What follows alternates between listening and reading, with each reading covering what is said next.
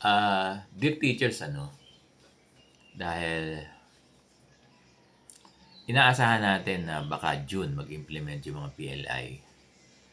Pero pag-aralan natin ha, maganda kasi yung tama yung analysis natin eh. 'Di ba?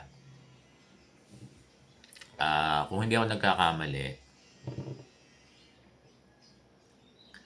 June 18 na-issue yung BSP circular na 7 years long term. Kung hindi ako nagkakamali, this is circular number 1239, no? Ngayon, kasi ang lahat ng agency pag naglalabas ng guidelines, no? Pag naglalabas sila ng guidelines, iba ng DepEd, di ba? Kahit anong agency, bumibilang yan ng 15 days ng publication duration. Kaya tingin ko, no, itong nilabas na policy ng BSP,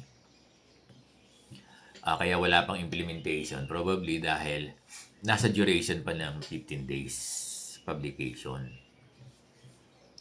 Kung June 18, ha, sa pagkakaunawa ko, na-issue yung BSP circular, ang 15 days niyan, mag-e-end ng kailan?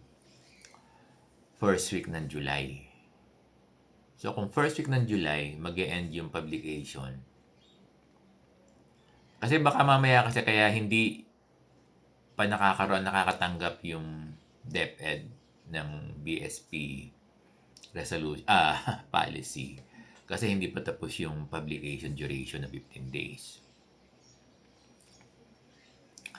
Kaya posible yan na first week ng July pa lang makakapagbigay ng communication ng BSP sa DepEd, no? Ngayon, kasi ang PLI, hindi sila ang inaantay nila ay yung ibibigay na order ng DepEd. Di ba? Hindi yung sa BSP. Kahit may BSP circular na, yes, issued policy, ang aantay nila yung sa DepEd.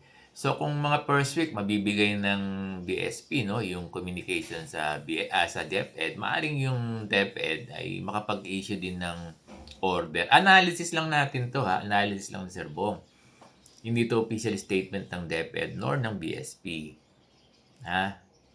Hindi nila ako spokesperson. Analysis ko lang to. Binabasa lang natin sa binabasa natin, sa research natin, no? Maaring kung first week, matatapos yung duration ng 15 days, tapos magbibigay ang BSP ng communication sa DepEd, baka yung DepEd mga first week or second week, saka pala maglalabas ng order sa mga PLI para makapag-implement. Na?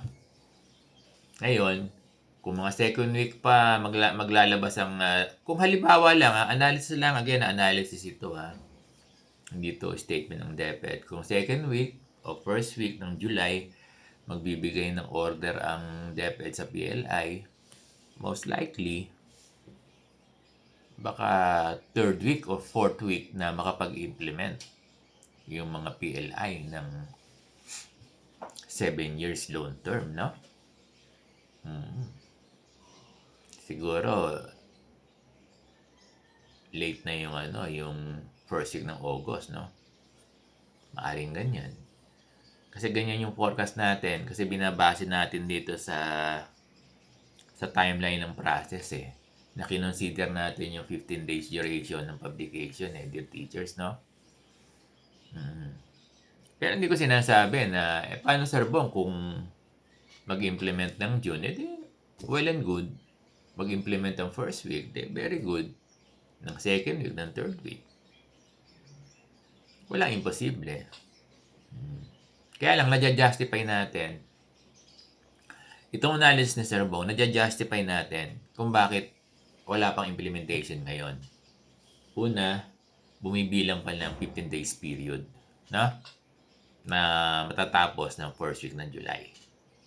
Ganun yun. Kaya ako, ang forecast ko dyan ay mga last week ng July. Posibleng mag-implement ang mga PLI. So, ganun. So, huwag kayong magagalit sa akin kasi may nakapag-ano sa akin. Sir Bong, kasi bumibilang pa po ng 15 days. Oo nga, no, yun ang overlook ko. Tama nga naman. Kasi lahat ng agency, kapag naglalabas ng guidelines, circular, resolution, bumibilang talaga, policy, bumibilang talaga ng 15 days publication period. Ganyan ang government agency, no? Yun ang kinonsider natin. Kaya nagkaroon ako ng analysis, ng thoughts, na kaya hindi nakakapaglabas ngayon ng DepEd, posible kasi nasa publication period pa. Ang kulit ni Sir Bong, no? So, ganun. Kaya, dear teachers, kung nakapag-antay tayo ng matagal na panahon, di ba? Ilang taon ba inaantay ito? Meron na ba isang taon? Wala pa naman. So, ganun, dear teachers. Again, kung ma-implement ang maaga, mas maganda. Pero kung hindi ma-implement, nai-interpret natin, nadya-justify natin, nagkakaroon tayo ng explanation kung bakit wala pa. So, naintindihan ba ng mga teachers natin?